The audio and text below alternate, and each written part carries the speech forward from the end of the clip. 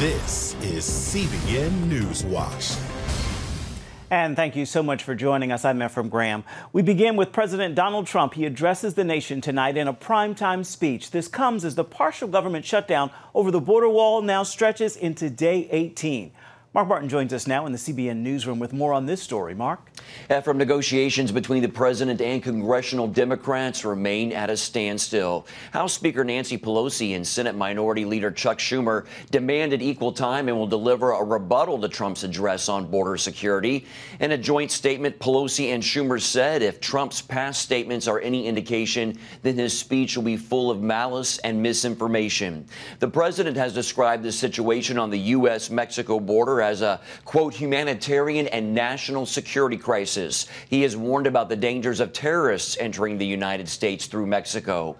In order to build a border wall, the president is considering a national emergency declaration. I may declare a national emergency dependent on what's going to happen over the next few days. We need new resources. We need to build a wall. We need the Congress to come to the table and work with this president to address this crisis once and for all. The partial government shutdown has hundreds of thousands of federal workers facing missed paychecks on Friday. Ephraim? Mark, so what is next for the president following this Oval Office address tonight? Trump will visit the U.S.-Mexico border on Thursday. White House Press Secretary Sarah Sanders tweeted that he will meet with those on the front lines of the national security and humanitarian crisis. Ephraim? Thank you, Mark. Now, for more on this developing story, we're going to turn to conservative political speaker Paris Denard. So, Paris, you just met with the president and vice president yesterday. Give us an update on what's going on. What I can tell you, Alfred, thank you for having me on the show, is that the president is steadfast. He is going to work as hard as he can on behalf of the American people to get the Congress, mainly the Senate Democrats and Speaker Pelosi, to come to the table, give an alternative to his proposal, cut a deal, because he believes wholeheartedly that this is something that is worth fighting for, especially when you look at the fact that he believes, based upon the facts and the data and the evidence that they presented, this is a significant crisis on the border. It's a national security crisis, and it's a humanitarian crisis when you look at the impact on women and children through human trafficking and through drugs. We have a crisis, and the president is not going to give up on this fight to put an end to this illegal immigration problem that we have once and for all.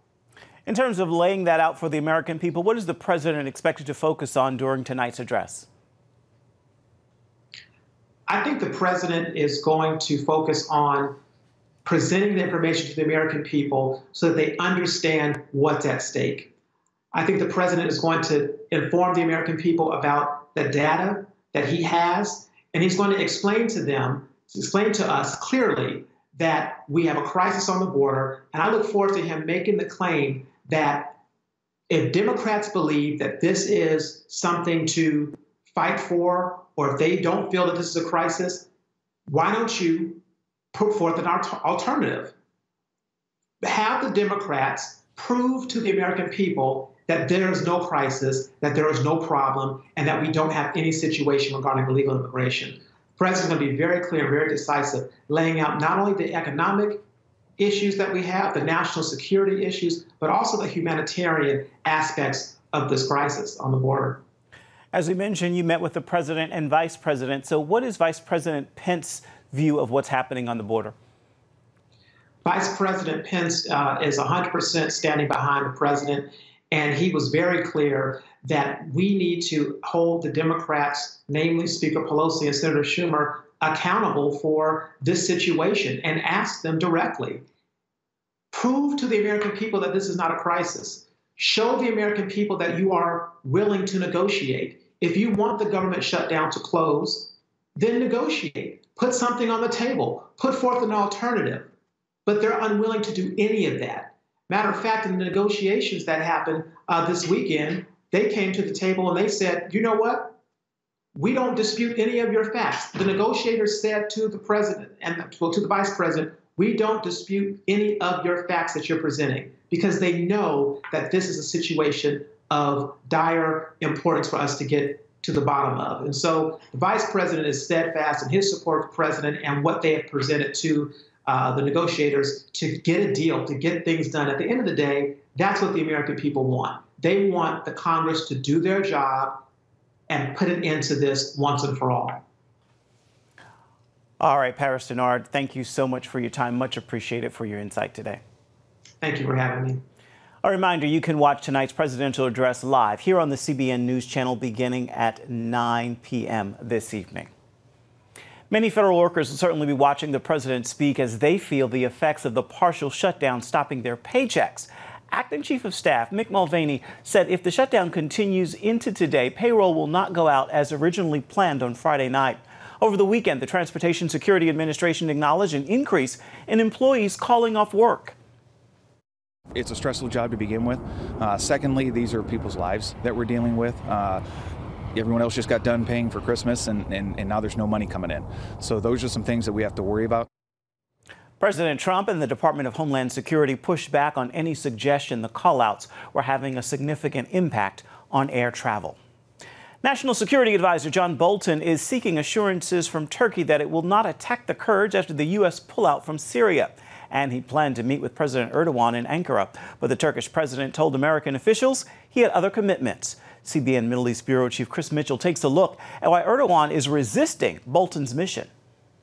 Turkey's President Recep Tayyip Erdogan publicly blasted U.S. National Security Advisor John Bolton in front of the parliament. It's not possible for us to accept to swallow the message John Bolton gave from Israel. Bolton is visiting the region to assure allies that the U.S. is not abandoning them. While visiting Jerusalem, he said defending Israel and other allies who fought against ISIS was guaranteed. He wanted assurances from Turkey that they would not harm the Kurds. John Bolton has made a very serious mistake. Whoever thinks like this is also mistaken. We can't make any concessions in this regard, and those involved in a terror corridor will receive the necessary punishment.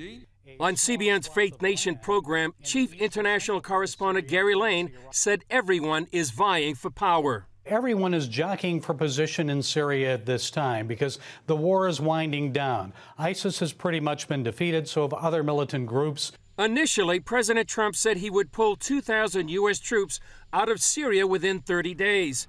But after strong objection from Middle East allies and others, he's backed down. We will be leaving at a proper pace while at the same time continuing to fight ISIS and doing all else that is prudent and necessary.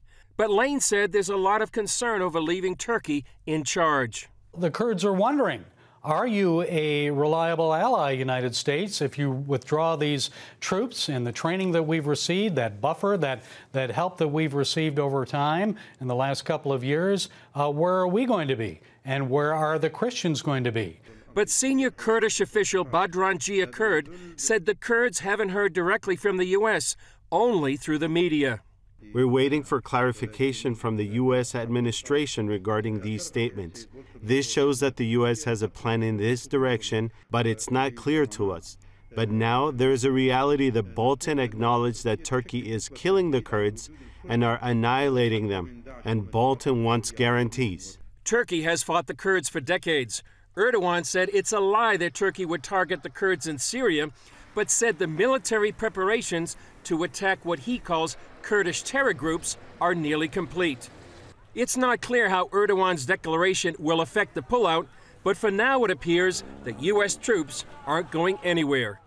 Chris Mitchell, CBN News, Jerusalem. Israeli Prime Minister Benjamin Netanyahu is dismissing corruption charges against him, calling the investigation a witch hunt. He denies any wrongdoing. Netanyahu said it would be unjust for him to be indicted ahead of Israel's early elections in April, and his requests to confront state witnesses in person have been denied. He offered to do so in a live television address. I claim that summoning me for a hearing before the elections without being able to respond to the claims in the hearing is unjust, and there are important jurists who agree with me. This is not an attack on the rule of law. Netanyahu will not give up his re-election campaign or resign from office if he is indicted.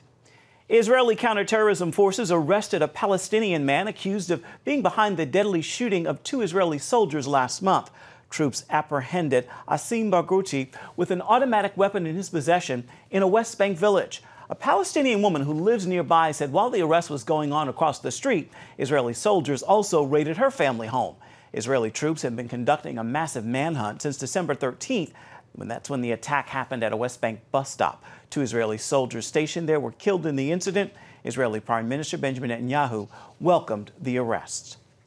Chinese officials say 20 children have been injured in an attack inside a primary school in China's capital. Officials say the man was employed through a labor service company to perform daily maintenance work at the school. They say he was angry his contract had not been renewed, so he attacked students with a hammer. 3 of the children have serious injuries, but not life-threatening. All of them are receiving hospital treatment. The suspect was apprehended at the scene. The head of the Russian Orthodox Church says smartphones risk bringing humanity closer to the arrival of the Antichrist. Patriarch Kirill said the church does not oppose technological progress, but is concerned the data gathering capacity of the devices sharing too much information. Kirill said such information could be used for centralized control of the world. He even went as far as to say the Antichrist is the person who will be at the head of the World Wide Web, controlling the entire human race.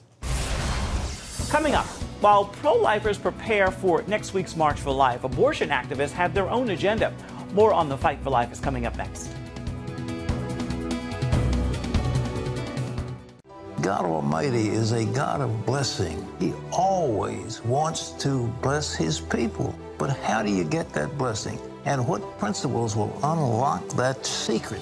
In Miraculous Blessings, Pat Robertson shows you how to open the floodgates of God's awesome blessings in your life. In order to have a blessing, you've got to be blessable. Discover what the Bible has to say about God's covenant of blessing, the laws of blessing, and what are the hindrances to the blessings of God. The words of Jesus, they are as valid as the law of gravity, and if we follow those laws, we will be blessed. You'll see amazing true stories of everyday people whose lives were rescued and transformed by God's miraculous blessings. But even the doctors acknowledged that this had to be a miracle. Call 1-800-700-7000 or visit CBN.com to become a CBN partner and get miraculous blessings today. Hello, I'm Terry Newsom. Did you know there are more than 148 million orphans in the world today? 148 million. But it was 3 little girls that taught me about the plight of orphans. My husband and I spent nearly a month immersed in the daily activities of a Ukrainian orphanage as we waited to adopt 3 sisters. I saw firsthand the utter loneliness, the pain of rejection, and the overwhelming desire to be loved. That experience changed me forever. And out of it grew a ministry from my heart called Orphans Promise. Today, we're helping orphans and vulnerable children in more than 50 countries worldwide. Thousands of children are now in safe homes. They're being educated, and they're learning life skills. I'm asking you to join with me and become family to these children. Will you call the number on your screen right now? Because every child deserves a chance to be happy. January is the National Sanctity of Human Life Month, but abortion activists are not letting up. Hillary Clinton joined New York Governor Andrew Cuomo in Manhattan Monday, pushing for abortion rights in New York state law. The Democrat says the state's law needs to be updated by placing abortion under state law in order to protect women's rights in case Roe v. Wade were to be overturned or altered at the federal level. Kavanaugh is going to reverse Roe v. Wade. I have no doubt. Gorsuch is going to reverse Roe v. Wade. I have no doubt. So what do? Protect ourselves. Pass a state law that is a prophylactic from the federal action, and that means pass Roe Reproductive Health Act and the Contraceptive Care Act. With Democrats now in control of the Senate and Assembly, as well as the governor's office, codifying Roe v. Wade in state law is expected to occur during the legislative session, which actually begins tomorrow. Joining us now to talk more on the fight for life is David Rives, president of DavidRivesMinistries.com, which focuses on teaching the biblical worldview of God's creation. So, David, with abortion rights being at the forefront of political activism right now, why is it important to understand the pro-life not just from a political perspective, but from a scientific perspective as well? Well, the reason it's important is because if all we are is the result of billions of mutations, plus chance, plus time, well, then what does that do to the value of human life? It reduces us to a mere animal, doesn't it? That false argument is what's being pushed through an atheistic agenda, and it's appealing to these certain people. But if human life is nothing more than a collection of trillions of cells, which is what many biologists are teaching these days, then the atheistic agenda has succeeded in making abortion seem palatable.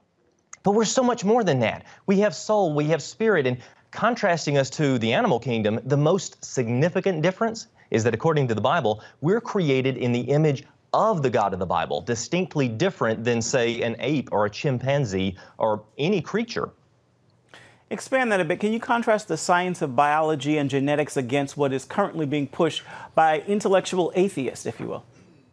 Sure. Well, it's fascinating to realize that we are unique individuals from day one. We have a 100% unique DNA code from day one. So I'm not talking about from birth, but from conception. So to even consider discarding a tiny baby just because it's in the womb and hasn't taken its first breath of air yet is to discard a unique human being that God cares about and deny him or her the opportunity to fulfill this great purpose in life. So if you add to this that when we look at DNA and our genetic sequence, we see a complex information language written out, and we know that language always comes from a mind, well, we have to ask ourselves, who is that mind? And all the evidence is leading us to a closer revelation that it's the God of the Bible. Does the abortion issue speak to objective morality, and why is a Christian perspective important? Yes, so we have God-given morality, which instinctively tells us that murder is inherently wrong. And we live in a society that also tells us that murder is inherently wrong, except when it comes to our youngest children. Now, that objective morality, saying that our moral objection to murder applies sometimes but not others, is something that we really need to tackle in a big way as Christians, because we have the only concrete answers as to why human life actually matters. Why do you think at this point we're seeing people like Hillary Clinton and Governor Cuomo uniting to push abortion rights at the state level? Well, you know, it not only speaks to the value and sanctity of human life at a young age, but after birth as well. We're talking about suicides. Teen suicide is on the rise. 22 veteran suicides every single day. But this pushing of a leftist agenda is simply not going to go anywhere, because we do have morality, and it's not what we decide it to be. We have a greater power. It's the God of the Bible, and he has set down these rules. We cannot try to go away from these just because it doesn't fit our worldview. All right, David Rives, thank you so much for your time. Much appreciated. Thank you. After the break, we're talking faith in football, how the NCAA championship players are pointing all their wins to God.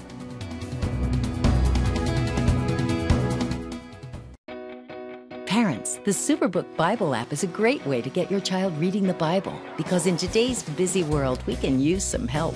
The free Superbook Bible app has fun stuff your kids will love.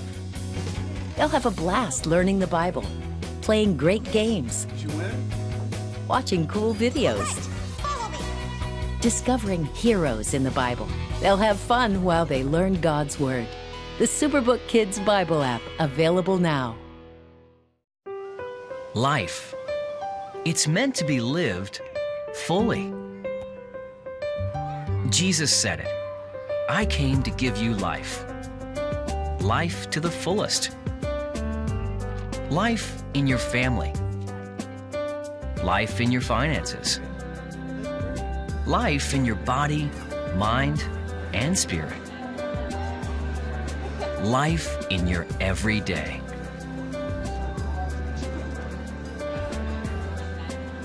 At CBN.com, we're taking what Jesus said seriously. We're here to help you discover life. life. Live it fully. CBN.com.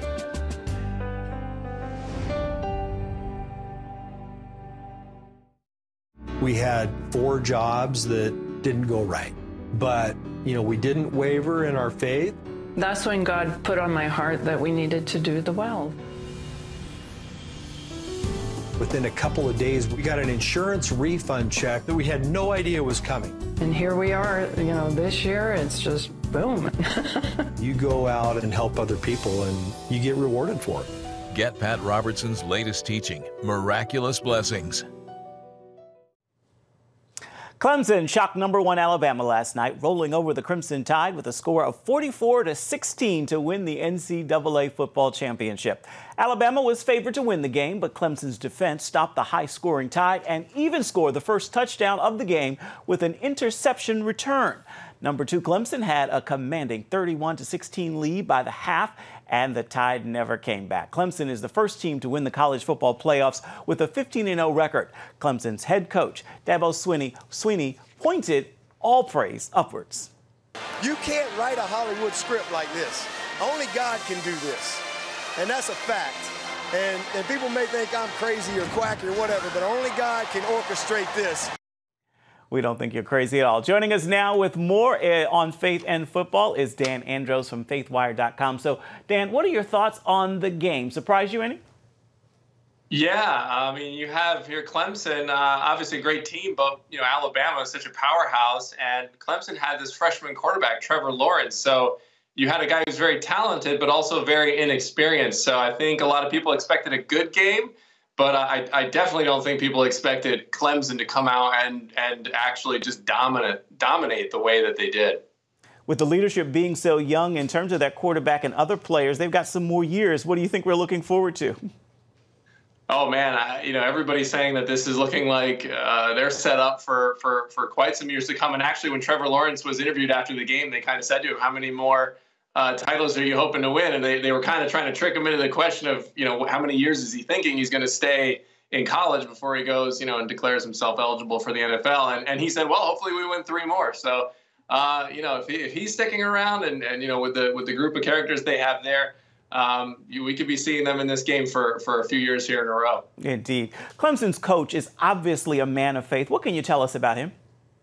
Yeah, well, Dabo's been very outspoken about his faith, and we've covered it on FaithWire multiple times. I think earlier this year in the summer, somebody asked him about his faith and why is he, right after he gets a trophy, he's quick to point it to God. And he said, that's the easiest question I have all day. And he basically launched into a mini sermon. And, and some people will say that it's easy to point to God when you've won and when you've won the trophy. But I would counter that because just a few years ago, he was targeted by the Freedom from Religion Foundation for being at a public university and a coach at a public university. And they declared, this foundation, basically put a cease and desist out there and said, hey, you got to stop doing this because all these religious activities that you're doing. And they cited all these things such as Bible studies and bringing on all of these sorts of things because faith is obviously very important in his life. But he doubled down on that. He actually didn't back down at all and said, no, this is who we are. We're very clear about who we are. And the school backed him up. And they haven't complained about him since because there were no actual complaints from the school, by the way, on that. But so he's been very adamant about that and very open and clear about that as well. What kind of impact do you think his faith has on the team? I think it's probably a very calming impact, and it shows in the types of players he's recruited. The quarterback that we spoke of there, Trevor Lawrence, he's got a strong faith as well, and he's talked about how he's got that perspective, the eternal perspective, where football is important to him, of course, but he said it's not that's not what defines me, and the win or loss or the result of this game is not what's going to define me. So you can see that out there that they play with that peace, that surpasses all understanding, where the world doesn't understand that. They don't understand how somebody can be so calm in such a big moment like that. But when you have an eternal perspective, you know that win or lose or whatever the result of the game is, God's working that situation one way or another, ultimately for good. And it shows in the types of people that Dabo's recruiting there at Clemson. Indeed. Faith and football seem to go often hand in hand. There's a headline on FaithWire right now that you've written which says, "Why I'm telling my sons to be like Bears kicker Cody Parkey, who was booed off the field after missing the game-winning kick." Real quick, why is that the case for you? Yeah, well, I noticed right after the game he missed this, kick, and it was devastating for him and for his team and for everybody else. And I noticed that he pointed up. Usually this is what they do. They point. Christian will point. Tim Tebow, the famous prayer celebration after a celebration. I hadn't seen somebody do that after a big miss like that. So, and then a moments later, they do that prayer circle around the center of the field. Some players often do, and he was in that. And so I wanted to show my boys that that's an example for them to follow. Somebody who's grounded in their faith, even at the lowest moment. Win or lose, God is still in control. Dan Andrews, thank you so much for your time. Thank you. We'll be right back. When you give, smiles grow bigger. When you care, homes are happier. When you comfort, the hurt goes away. When we all come together to love, miracles happen. Hello, I'm Terry Newsom. Did you know there are more than 148 million orphans in the world today? 148 million. But it was 3 little girls that taught me about the plight of orphans. My husband and I spent nearly a month immersed in the daily activities of a Ukrainian orphanage as we waited to adopt 3 sisters. I saw firsthand the utter loneliness, the pain of rejection, and the overwhelming desire to be loved. That experience changed me forever. And out of it grew a ministry from my heart called Orphans Promise. Today, we're helping orphans and vulnerable children in more than 50 countries worldwide. Thousands of children are now in safe homes. They're being educated, and they're learning life skills. I'm asking you to join with me and become family to these children. Will you call the number on your screen right now? Because every child deserves a chance to be happy. Hello? Is this thing on? Hey, kids, do you love games? And do you love discovering things? Well, do ya? Then you're gonna love this. It's the new free Superbook Kids Bible app. You can play games, watch videos, find answers to your questions, and a whole lot more. The new Superbook Kids Bible app. Free downloads available on iTunes and Google Play now. Creators of the popular YouVersion Bible app say their Bible plan got more than 1 million new subscriptions at the start of the new year. Company managers say that uptick of subscribers on January 1st represents a 62% increase from last year. The Bible plan allows users to schedule daily passages from the Bible with audio, video, or devotional content. The plans are available in more than 50 languages and help guide people in reading the Bible over the course of 90 days, 6 months, or even a year. That's going to do it for this edition of CBN NewsWatch. Remember, you can always find more of our exclusive coverage of the issues you care most about at cbnnews.com. We'd love to know what you think about the stories you've seen here today. You can do that by emailing newswatch@cbn.com. And of course, you can reach out and touch us on Facebook, Twitter, and Instagram. Hope you'll join us again right here next time. Have a great day, everybody.